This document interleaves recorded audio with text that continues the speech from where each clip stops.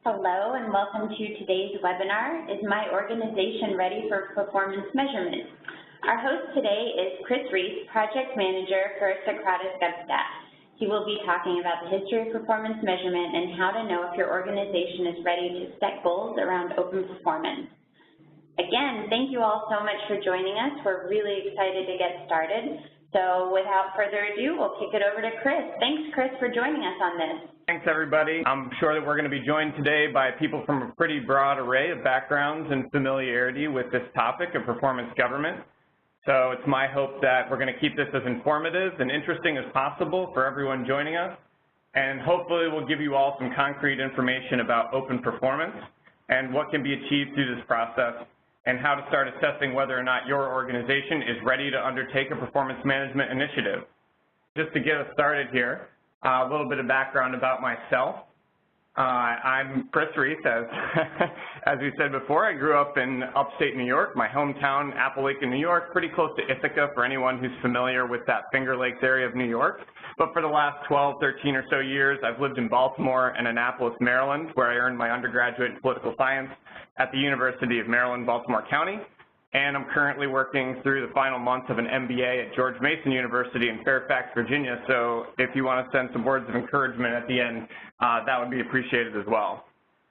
For the last 6 or so years, I spent working for the governor of Maryland, and I worked on a wide variety of initiatives with him, ranging from information technology to strategic communications and also performance government. And so I'm excited to be a part of the team at Socrates now, where I'm focusing full-time on the development of our performance management programs and working with state and county, local governments, NGOs, and nonprofits, and trying to help them leverage the power of their data to achieve greater efficiency and also hopefully solve some of the bigger public policy challenges that we face today in the process. And so just a little overview of what we're going to be discussing today. We're going to touch on a number of topics around performance management. I'm going to give you some background on where this model we're talking about today originates from, and tell you about some of the results that I've personally seen achieved just by organizing and leveraging what's usually already available information into a performance government process. I'll also be sure to touch on some of the things that it can't do and illustrate some of the pitfalls that occur when an organization is not ready to take on this leap for any of a variety of reasons that we'll touch on. We'll also definitely talk about how to know if you've have the essential ingredients to get started and be successful. And finally, we'll talk through some of the basic first steps that have been demonstrated to work over and over again when starting these performance management programs. So I think first it probably makes sense to set the stage a little bit and share some of the history of how the performance management model has entered into the government space, how it's grown, how it's adapted, and how it's been expanding since it first got started. So when my former boss was elected as mayor of the city of Baltimore in 1999, the city at that time had become one of the most violent and addicted cities in America. They were experiencing decades of population loss, a glut of vacant homes that's still blighting many city streets today. That in turn was driving down their property values, eroding away the city's tax base, and making it that much harder to allocate resources to address their outsized challenges that they faced at the time. So after taking office, the new mayor, Martin O'Malley, acted fast to seize on any momentum that he might have had. And one of his first acts as mayor was to borrow and adapt New York City's CompStat program and bring it to Baltimore. CompStat is an organizational tool used by police departments, first in New York City, and it was producing incredible results there. Instead of running the numbers every quarter to see how their actions might be affecting crime in Baltimore and going through a once-a-year review process around budget time to decide what went right and what went wrong, the top police brass and their mayor began instead to meet once a week. They also began adjusting their policing resources in near real time based on what they were learning in those meetings. And they found that this program had been working. Baltimore at that time was achieving the largest crime reductions of any major city in America. And the success of that program led them to adapt this police program and expand it to every city service offered by the city of Baltimore, and they called that a program, they called was CityStat. And so that program covered keeping the streets clear of trash, fixing potholes under tight deadlines, and reallocating resources where they were most needed according to the data that was being collected by agencies and reports being collected from citizens through 311. And that was actually the first time that any major city had undergone such a fundamental change to the way it was being managed. The same method applied with CompStat. Weekly, bi-weekly meetings with top officials in every department, collecting data week in and week out, measuring those results, and then reallocating resources when necessary, and relentlessly following up week after week. It was also a process focused on achieving outcomes. And over time, it began to change the culture of the government that it was a part of. So upon being elected governor of the state of Maryland, this program from the city of Baltimore was adapted again, this time to the unique challenges that the state faced.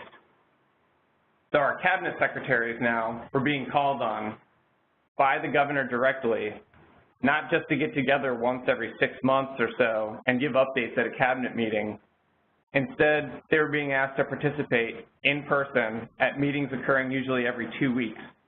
They had to understand the underlying data that was being collected by their agency and how that data supported the strategic framework of the state. And they also had to be ready to answer for that data, whether it was bad or good, according to whatever story the data told. And since then, through visits from mayors and city managers, governors, and leaders from all parts of the country and internationally, the model has been spreading and can be found today, adapted to the needs of local jurisdictions all over the country and all over the world. And it's still growing all the time. So with that history out of the way, we can talk about some of the ways that open performance management differs from the old bureaucratic and hierarchical way of doing things. The old way of doing things was to dig up some statistics, typically flattering, about once every year, or maybe once a quarter if a department was really high performing.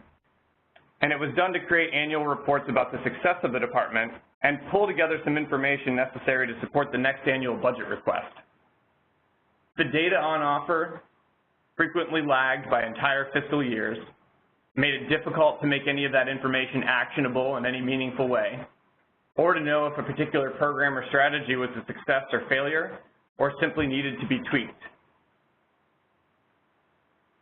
The new way of doing things calls on department heads, secretaries, top officials, program leaders to sit face-to-face on a regular basis. They're always bringing new data to the table, always seeking to collect that data as close to real time as possible, and working collaboratively to analyze data and make it meaningful in decisions about the management of their agency and its resources. The old way of doing things also tended to be focused solely on inputs. How many people? How much money? We typically ask ourselves, how much are we spending this year on education? But it was far less likely that we were asking output-based questions. How many high school students will graduate with the number of hours of STEM education they need to be successful in college? Or how many elementary school students are being served a school breakfast so that they can focus on learning instead of on being hungry? And are those numbers going up every year, or are they going down every year? Another hallmark of the old way of managing seeks to protect departmental funding levels at all costs, always seeking to maintain the last fiscal year's budget, plus some growth, with no regard for outcomes, changing priorities, or needs. The results-driven way makes budgeting allocations according to the outcomes it seeks, and is willing to constantly tweak, realign, and reassess spending to meet those outcomes. The old hierarchical organization defers conversations about these issues to mid-level managers, who often lack the authority to make programmatic changes when they're necessary. But they can sure take the heat for lackluster performance in place of their superiors. The results-driven organization requires top officials to participate in person for this very reason. There's no one left to point to when a decision has to be made to modify a program whose performance is lagging. In the case of StateStat, if you have your governor and a cabinet official together, along with a program lead, and you have a program that just simply isn't working the way it's structured, and they're going to have to see each other again in 2 weeks, it's going to become very hard to avoid making difficult decisions about how to realign that program. All your decision makers are in one place at one time. And the old way of doing things also often sets lofty goals for itself, but oftentimes these goals are not measurable in any real sense. There's a pretty big difference between making general pledges to spend tax dollars wisely or clean up the environment in the next 30 years, and setting a goal based on known data and targeted strategies, for instance, to reduce preventable hospitalizations by 10% over the next 18 months, and attempt to leverage those preventable hospitalizations to save the state nearly $100 million. And all the while, you're measuring those results, that the strategies you're putting in place are achieving, and you're publicly sharing the results of your efforts, whether it's going successfully or if it's still in need of tweaks or improvements. And like the original CompStat program, this open performance management actually incentivizes discovering issues lying under the surface, because it's built to allocate resources to correct shortcomings and improve performance. So rather than the old system, which punishes whole departments when what is really needed are new strategies and new thinking around old problems. And finally, for this slide, for this very reason, the open performance model is adaptive and flexible to changing needs and changing times. When the recession hit and unemployment rose dramatically and revenues slowed to a trickle, our departments didn't have to wait until the end of the year when the budget process started over again, and then suddenly everything smacks into a brick wall all at once. Instead, they were able to react in near real time in partnership with the executive office to adapt and meet the change in the services that citizens were demanding, and in making continuously updated plans for changes in how resources were being allocated in their departments. And so here we are at the big question for the day. We understand that the basic tenets of open performance management, but you still might have questions about whether your organization is ready to take on this new challenge. Everyone is at a different stage in the development of important factors like data collection and normalization, leadership structures, and tolerance levels for changing the way things have been done. So the bottom line is some organizations are simply not ready or not equipped to take this challenge on right now, and some organizations are ready to take the next leap. So this slide attempts to get at what it takes to get started and what needs to be in place to get moving on an open performance management plan. So first and foremost, you're going to need dedicated human resources to make this possible.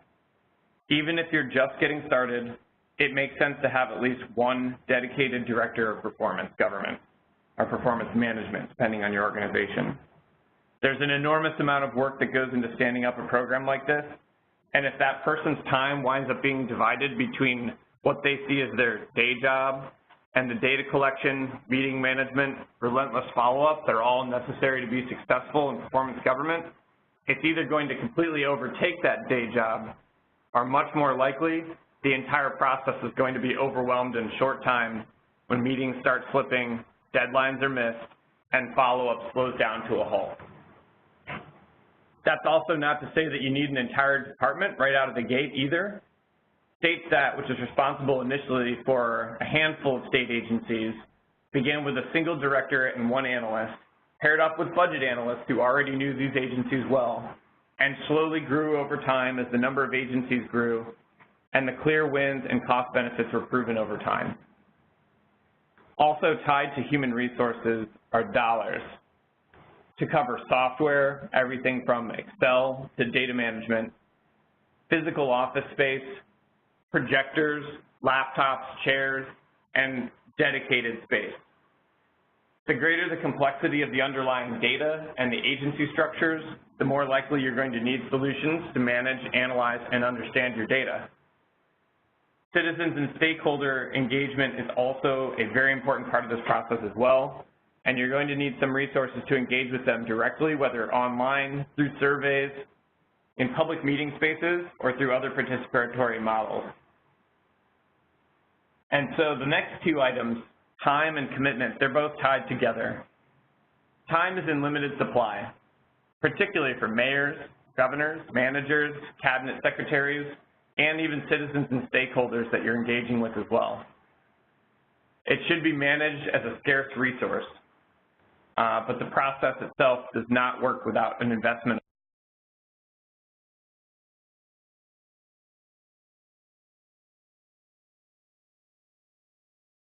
time. And it's got to happen on both sides of the table. This process requires the time of mid-level managers as well, who are going to be asked to gather and produce data about their programs on a regular, ongoing basis. And they're also going to be tasked with responding to questions that may have gone unanswered in the last meeting. And that way the cabinet officials and senior officials will be prepared to respond when the next meeting inevitably comes. And so last, if all of these pieces are in place and the process has started and it's working, it's going to begin to create its own cultural changes throughout your organization. Though they'll never go away entirely, many of those old organizational habits that we talked about earlier are going to start to subside and be replaced with this data-driven model. You're going to continue to encounter that old way of doing things, but as more of your managers, leaders, analysts, and everyone down the line starts to be exposed to this new way of doing things, a cultural shift will necessarily occur. New data is going to be exposed in the process. That's going to require new ways of evaluation. And the strategies and templates that you develop early on are always going to be adapting and changing as more information becomes available to you. And so this next slide covers just a few of the achievements that we were proud of in the state of Maryland. And I think it's important to note that all of these successes took place and held up during the toughest years our economy has faced in over a generation. In partnership with StateStat, we were able to reduce the size of our executive branch on a per capita basis to its lowest level since the 1970s. We had the #1 public school systems for 5 years running. Violent crime levels have been driven down to 30-year lows, and actually I just saw that today they were announcing that over the last 7 years they've had a 90% reduction in juvenile homicides whenever those individuals had actually come in contact with the state agency responsible for them. The #1 state in the nation for 2 years plus for entrepreneurship and innovation according to the U.S. Chamber of Commerce. They recovered 100% of the jobs lost in the recession more quickly than many other states, and they're also one of just 8 states to maintain a AAA bond rating through every year of their recession. And so I think with that, I've fully satisfied all of my obligations as a former staffer. And so here are some of the things that performance management cannot solve. Despite the record of tremendous gains and accomplishments that can be seen in cities and states that are employing this model of government, it's not a panacea. It doesn't promise to allow an executive to switch on autopilot and just let the government run itself. As we discussed earlier, it requires constant, iterative engagement from senior officials, from the mayor, the governor, your comptroller, county executive on down. It requires constant assessment and reassessment of the data underlying your decisions. It requires and exposes difficult conversations about resource allocation, program shortcomings, and areas where our best efforts are failing to make progress. When done right, it does so openly for all the world to see and judge our efforts and our progress.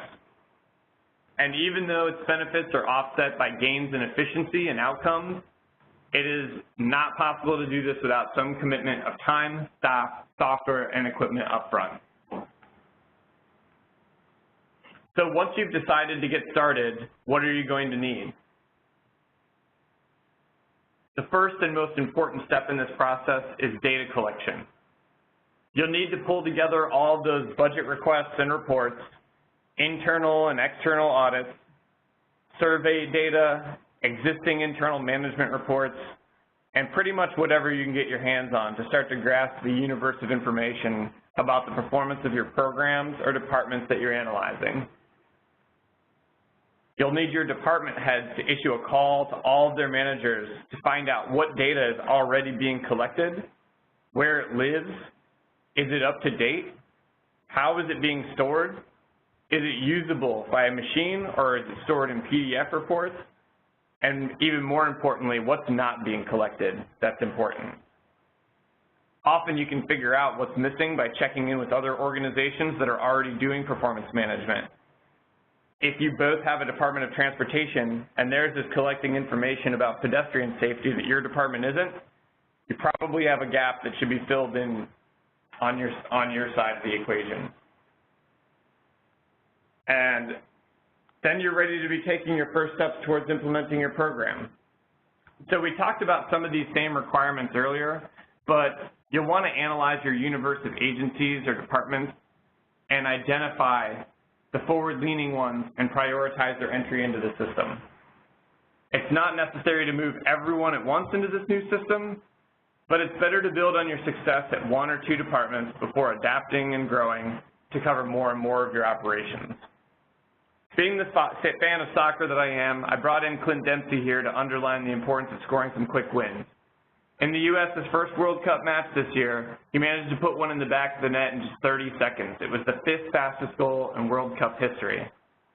And I can tell that probably a few of you are nodding approvingly, and maybe the vast majority of wondering who on earth is Clint Dempsey. But you're going to need to be Clint Dempsey in your organization. You can watch him this Thursday when he goes up against Germany if you need to catch up or get a refresher. But everyone has an issue under the surface that's so plain under basic inspection that it's begging to be solved. In Maryland, when we took office, we had a backlog in analyzing DNA samples collected during law enforcement actions that had reached over 24,000 unanalyzed samples. That's 24,000 missed opportunities to solve crimes. And through the reallocation of resources, under the constant evaluation and reorganization through StateStat, that backlog was closed in less than a year. Between 1994, when we started collecting DNA evidence, and 2006, we had recorded 500 hits. A hit is when a DNA evidence creates a match in an existing investigation. By 2008, when all the 24,000 sample backlog had been eliminated, we are already recording our 1,000th hit. 2 years later in Maryland, we had made the 250th arrest as a result of this data being made available to keep our community safe. Every organization has a quick win waiting for them. And finally, this last item on the slide is committing publicly to a date, probably about 6 to 8 weeks from when you're ready to go, to hold your first meeting. You got to use the hard deadline to drive the process forward. It's never going to be perfect in that first meeting, but you'll iterate and adapt the process, and it'll become better as you move forward. And so here are some basic guidelines for taking the sort of next early steps. You keep your meetings on the books, happening on a regular and consistent basis. As you're getting comfortable and your wins are starting to pile up, keep adding in new departments or adding new metrics and measurements to your existing departments. The resistance is going to slow as you're demonstrating the clear deliverables and benefits of open performance. Always, always borrow ideas from others. StateStat and CityStat were open for anyone to visit and see, and we gladly share information about best practices. Governor O'Malley used to say that we always strive to be best at doing something second. I think that's pretty good advice. Also, the process of running a meeting doesn't have to be an inquisition. You should always be asking difficult questions. The performance management process provides an incredible opportunity to work collaboratively and gain a deeper insight into the operations of an agency than you could have ever achieved having read their annual reports or through single meetings to get an update on progress. And finally, you need to engage your citizens in the process and stakeholders. You should build out a web presence for your open performance process, share your meeting agendas and underlying data, and publicly and openly whenever possible. Don't be afraid to share positive and negative reports. Citizens and stakeholders almost always want to be partners in this process. When you share your methods and strategies and the results, it creates real buy-in and participation. You can also find ways to involve them throughout the process, whether it's through surveys, posting public meeting schedules, social media awareness, contests, and many other ways. And finally, you should just keep learning and absorbing more. You can visit Kansas City, Missouri's KCStat site, or visit Maryland's goals.maryland.gov, or visit Los Angeles or Montgomery County or Edmonton, Canada, and find out what they're doing. Contact them. Most of them will be happy to host you in person or have a conversation with you on the phone. And so with that, thank you all very much for joining me here today and sitting through this presentation. And now we're going to see if we have any questions that we can answer, or if you have answers to share, those are welcome as well. Thanks. Fantastic, Chris. Thank you so much for that great presentation. Our first question today is from Brian Cook. He'd like to know, is there an overview of how data start to finish flows through the platform? He's specifically asking about high-level architecture and flow. Can you respond to that? Sure. So I think I can respond to that. And if I'm understanding the question right, you're wondering how information starts in the agencies, makes its way into the stat process, into the decision-making tree, and then eventually decisions are being acted upon and the data is being iterated and updated. And so we would begin, especially in the earliest days of the process, and sit down one-on-one with program managers, with cabinet leaders, as well, including our folks in state stat office, and have to sit down with them and really discuss all of their sort of existing data, existing management philosophies, existing measurements, and find out where they had data, where those gaps existed, how we could get data into the system that we were doing. And when we started, we were starting on just Excel spreadsheets being exchanged over email, though that's evolving over time. And the analysts would take that information through that process, build out a template and a dashboard for each agency and across all the different metrics that were going to be measured and reported on in a stat meeting. And then they would bring those templates and they would bring a pre-selected set of questions into the meetings when they would sit down face-to-face, and everyone at that table would have access to that information and be able to keep that meeting going, chime in on their areas of expertise and interest, and that meeting would produce additional follow-up questions about the data. Maybe there was another way of looking at the data that wasn't being factored in, and then they would set, after each meeting, a series of recommendations and questions for follow-up that they would be able to respond to before the next meeting, and then the process sort of begins again and starts anew. I hope that answers your question. That was great, Chris. Thank you. We have time for just one more quick question before we finish up today.